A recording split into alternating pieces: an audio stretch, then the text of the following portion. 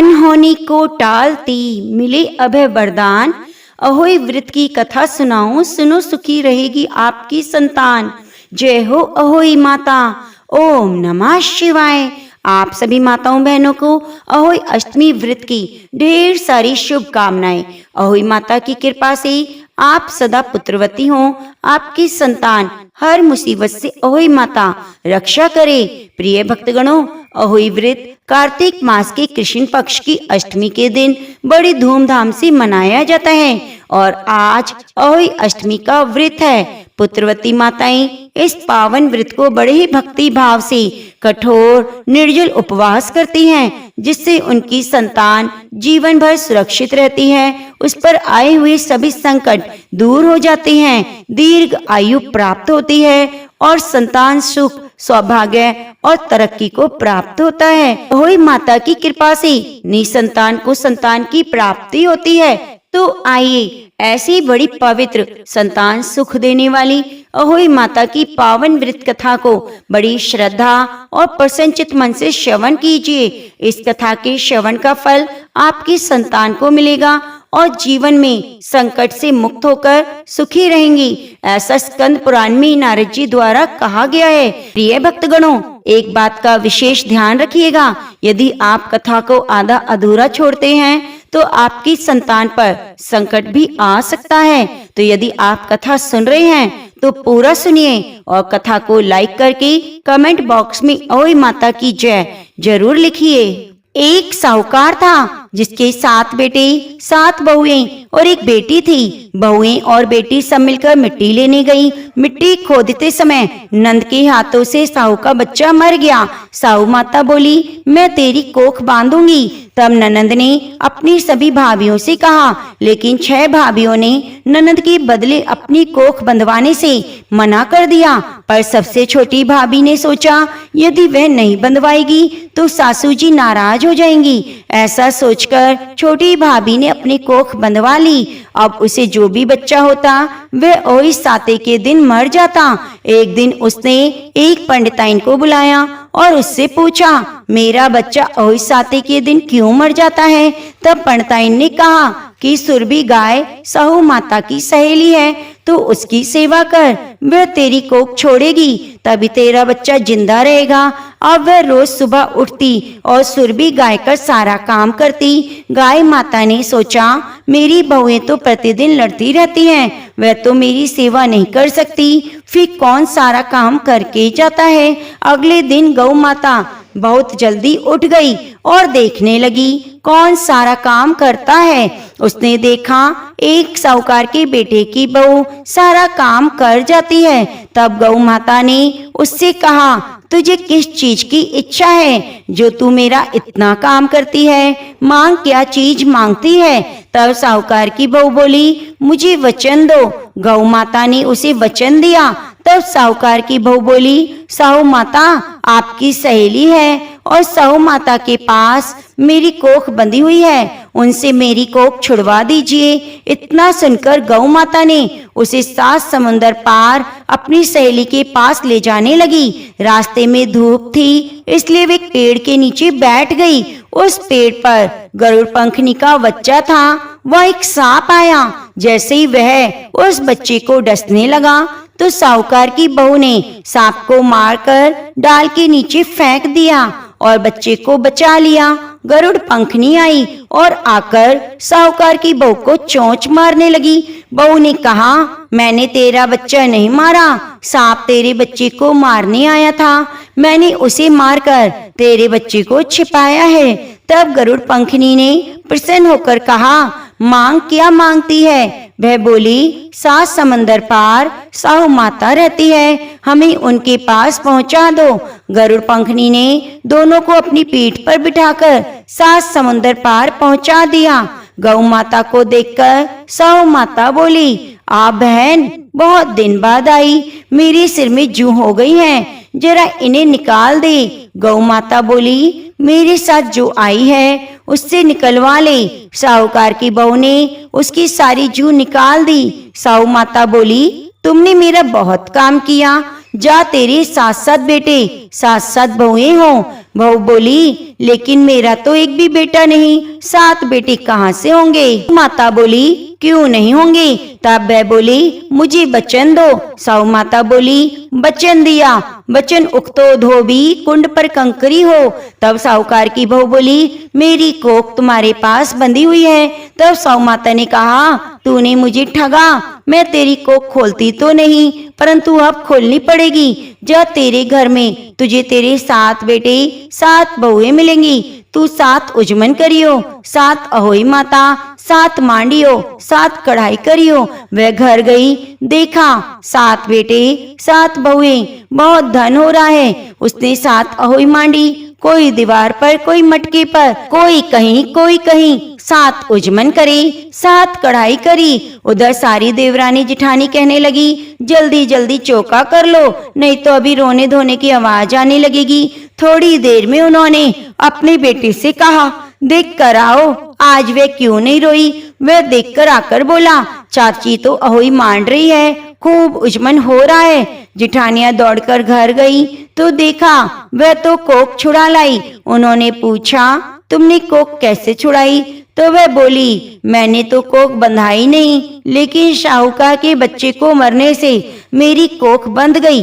अब साहू माता ने मुझ पर दया कर मेरी कोख खोल दी है। हे साहू माता, जैसे साहूकार की बहू की कोख खोली, वैसे हमारी भी खोलना, सबकी खोलना। कहानी कहते सुनते हुंकारा भरते सभी की करना, सारे परिवार पर अपनी कृपा बनाए रखना, संतान सुख देना, संतान की लंबी आयु देना, उनके जीवन में कोई भी दुख ना आए। हे साहू माता, हम आपसे यही प्रार्थना करते हैं। जय हो साहू माता। एक अन्य कथा के अनुसार महाभारत अनुशासन पर्व में वृषभ ध्वज की कथा है। एक बार गौ माता सुरभि का बछड़ा दूध पी रहा था। दूध पीते हुए उनके मुख पर झाग बन गई। वही झाग हवा से उड़कर भगवान शंकर जी के मस्तक पर जा गिरे। ऐसा होने पर भगवान शिव कुछ क्रोधित हो गए। उस समय प्रजापति जी ने भगवान शंकर से कहा, हे प्रभु, आपके मस्तक पर जो दूध का छींटा पड़ा है वह अमृत है। बछड़ों के पीने से गाय का दूध झूठा नहीं होता। जैसे अमृत का संग्रह करके चंद्रमा उसे बरसा देता है, वैसे ही रोहिणी गौएं भी अमृत से उत्पन्न दूध को बरसाती हैं। जैसे वायु, अग्नि, सुवर्ण, समुद्र और देवताओं का पिया हुआ अमृत कभी झूठा नहीं होता, वैसे ही बछड़ों को दूध पिलाती हुई गौ भी कभी दूषित नहीं होती। यह गौ माता अपने दूध घी से सभी जग का पोषण करती है। सभी लोग इन गौ के अमृत में पवित्र दूध रूपी ऐश्वर्य की इच्छा करते हैं। उसके बाद प्रजापति जी ने महादेव जी को बहुत सी गौ और एक बैल दिया। इस पर शिव जी ने प्रसन्न होकर वृषभ अर्थात बैल को अपना वाहन बनाया और अपनी ध्वजा को उसी वृषभ के चिन्ह से सुशोभित किया। इसी से उनका नाम वृषभ ध्वज पड़ गया। फिर देवताओं ने महादेव जी को पशुओं का स्वामी बना दिया और गौओं के बीच में उनका नाम वृषभाणक रख दिया। गौएं संसार में सर्वश्रेष्ठ हैं। वे सारे जगत को जीवन दान देने वाली हैं। भगवान शंकर सदा उनके साथ रहते हैं। वे चंद्रमा से निकलते हुए अमृत से उत्पन्न शांत, पवित्र और सभी की कामनाओं को पूरी करने वाली और सभी प्राणियों के प्राणों की रक्षा करने वाली हैं। राजा च्यवन, राजा नहुष की और गौ माता की कथा प्राचीन काल की बात है। च्यवन नामक एक महर्षि थे। वे बड़े तपस्वी थे। एक बार उन्होंने महान वृत्त का आश्रय लेकर जल के भीतर रहने का संकल्प किया। महर्षि च्यवन अभिमान, क्रोध, हर्ष, शोक का त्याग करके महान दृढ़ता पूर्वक पालन करते हुए 12 वर्ष तक जल के अंदर रहे। महात्मा का स्वभाव और तपश्चर्या से प्रभावित होकर सभी जलचर प्राणी उनके मित्र बन गए। प्राणियों से उनको कोई भय नहीं लगता था। एक बार महर्षि च्यवन अत्यंत श्रद्धा भाव से उन्मत्त होकर गंगा यमुना के संगम में जल के भीतर प्रविष्ट हुए। कभी जल समाधि लगा लेते, कभी निश्चल होकर जल के ऊपर बैठ जाते। इस प्रकार करते करते बहुत समय व्यतीत हो गया। एक दिन कुछ मल्लाह मछलियों को पकड़ने की इच्छा से हाथ में जाल लिए उस स्थान पर आए जहाँ महर्षि च्यवन जल समाधि लगाए हुए थे। मल्लाहों ने मछली पकड़ने के उद्देश्य से जाल को पानी में फैलाया। संयोग से जाल में मछलियों के साथ महर्षि च्यवन भी फंस गए। मल्लाह जाल खींचने लगे तो उन्हें अधिक बल लगाना पड़ा। इस पर मल्लाह समझे आज कोई बड़ी मछली जाल में फंस गई है। उन्होंने पूरे जोर से जाल को खींचा, तब उसमें जल जंतुओं से घिरे हुए महर्षि च्यवन भी खींच आए। जाल में महर्षि को देखकर मल्लाह डर गए, हाथ जोड़कर उनसे क्षमा मांगने लगे। उनके चरणों में सिर रखकर प्रणाम की। पानी से बाहर निकलकर बहुत से मत्स्य तड़पने और मरने लगे। इस प्रकार मत्स्यों का बुरा हाल देखकर महर्षि का हृदय द्रवित हो उठा। उन्होंने मल्लाह से कहा, देखो ये मत्स्य जीवित रहेंगे तो मैं भी रहूंगा, अन्यथा इनके साथ मर जाऊंगा। मैं इन्हें त्याग नहीं सकता, ये मेरे सहवासी रहे हैं। मैं बहुत दिनों तक इनके साथ रहा हूँ, मैं भी इनके साथ प्राणों का उत्सर्ग करूंगा। मुनि की बात सुनकर मल्लाह डर गए। उन्होंने कांपते हुए सारा समाचार राजा नहुष को सुनाया। मुनि की संकट में स्थिति जानकर राजा नहुष अपने मित्र और पुरोहित को साथ लेकर वहां पहुंचे। पवित्र भाव से हाथ जोड़कर उन्होंने मुनि को परिचय दिया और विधिवत पूजा करके कहा, हे गुरु आज्ञा कीजिए, मैं आपका कौन सा प्रिय कार्य करूं। महर्षि च्यवन ने कहा, राजन इन मल्लाहों ने आज बड़ा भारी पराक्रम किया, अतः आप इनको मेरा और मछलियों का मूल्य चुका दीजिए। राजा नहुष ने सुनते ही मल्लाह को 1000 स्वर्ण मुद्रा देने के लिए पुरोहित से कहा। इस पर महर्षि च्यवन बोले, 1000 स्वर्ण मुद्रा मेरा उचित मूल्य नहीं, आप सोच कर दीजिए। इस पर राजा ने 1,00,000 स्वर्ण मुद्रा और आधा राज्य और अंत में समूचा राज्य देने की बात कही, परंतु फिर भी ऋषि राजी नहीं हुए। उन्होंने कहा, आपका आधा यह समुच्चय राज्य मेरा उचित मूल्य नहीं, आप ऋषियों के साथ विचार कीजिए और जो मेरे योग्य हो वही मूल्य दीजिए। यह सुनकर राजा नहुष अत्यंत दुखी हुए। उन्हें कुछ सूझ नहीं रहा था। वे अपने मंत्री और पुरोहित से सलाह करने लगे। उस समय फल फूल का सेवन करने वाले एक बनवासी मुनि राजा नहुष के समीप आए और राजा से कहने लगे, राजन आप दुखी ना होइए, मैं महर्षि को संतुष्ट कर दूंगा और उचित मूल्य भी आपको बता दूंगा। आप मेरी बात को ध्यान से सुनिए। मैंने कभी हास परिहास में भी असत्य भाषण नहीं किया, हमेशा मैं सत्य ही बोलता हूँ, अतः आप मेरी बातों पर शंका ना कीजिए। राजा नहुष ने कहा, हे प्रभु मैं बड़े संकट में हूँ, मेरे कारण एक महर्षि अपने प्राणों का उत्सव करने को उद्यत हुआ है। यदि उनका उचित मूल्य आप बता दें तो यह आपका बड़ा अनुग्रह होगा। इस भयंकर कष्ट से मुझे मेरे राज्य और मेरे कुल की रक्षा कीजिए। नहुष की बात सुनकर मुनि कहने लगे, राजन ब्राह्मण और गौएं एक ही कुल की हैं। ब्राह्मण मंत्र रूप है, गौएं भविष्य रूप। ब्राह्मण और गायों का मूल्य नहीं लगाया जाता, अतः आप इनकी कीमत में एक गौ प्रदान कीजिए। मुनि की बात सुनकर राजा को बड़ी प्रसन्नता हुई। उन्होंने उत्तम व्रत का पालन करके महर्षि च्यवन के पास जाकर कहा,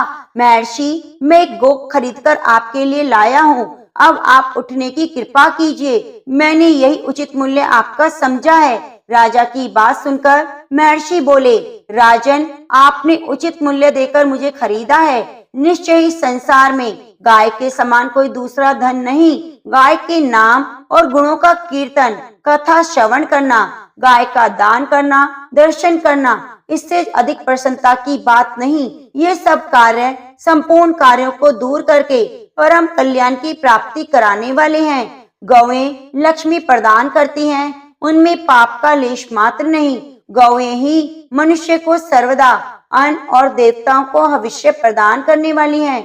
स्वाहा और वष्टकार सदा गौ में ही प्रतिष्ठित होते हैं। गौ ही यज्ञ का संचालन करने वाली हैं। वे विकार रहित अमृत धारा हैं और दोहने पर अमृत देती हैं। वे ही स्वर्ग की सीढ़ी हैं। गौएं स्वर्ग में भी पहुंचा देती हैं और सभी कामनाओं को पूरी करने वाली देवी हैं। तदंतर मल्लाहों ने मुनि से उनकी दी हुई गौ को स्वीकार करने के लिए प्रार्थना की। मुनि ने गाय लेकर कहा, मल्लाह इस गोदान के प्रभाव से तुम्हारे सभी पाप नष्ट हो जाएंगे। अब तुम जल में उत्पन्न मछलियों के साथ स्वर्ग जाओ। देखते ही देखते महर्षि च्यवन के आशीर्वाद से मल्लाह तुरंत मछलियों के साथ स्वर्ग चला गया। उनको इस प्रकार स्वर्ग जाते देख राजा नहुष बहुत ही आश्चर्यचकित हुए।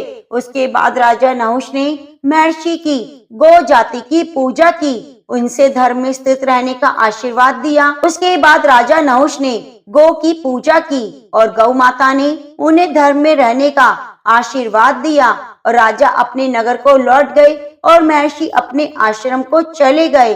तो प्रेम से बोलो गाय माता की जय। धन बरकत देने वाली श्री गणेश भगवान की कथा।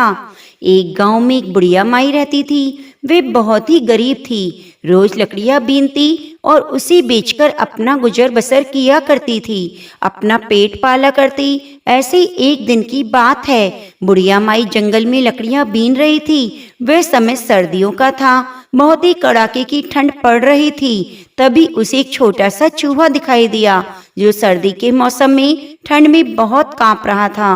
बेचारा मरने की अवस्था में था। बुढ़िया माई को उस पर दया आ गई। वह उसे लेकर अपने घर आ गई। घर आकर रुई में लपेटकर उस चूहे को उन्होंने गर्माहट दी और जान बचाई। उसे दूध और कुछ उबले हुए अनाज भी दिए। वह चूहा उस अनाज और दूध को पीकर अपना पेट भरता।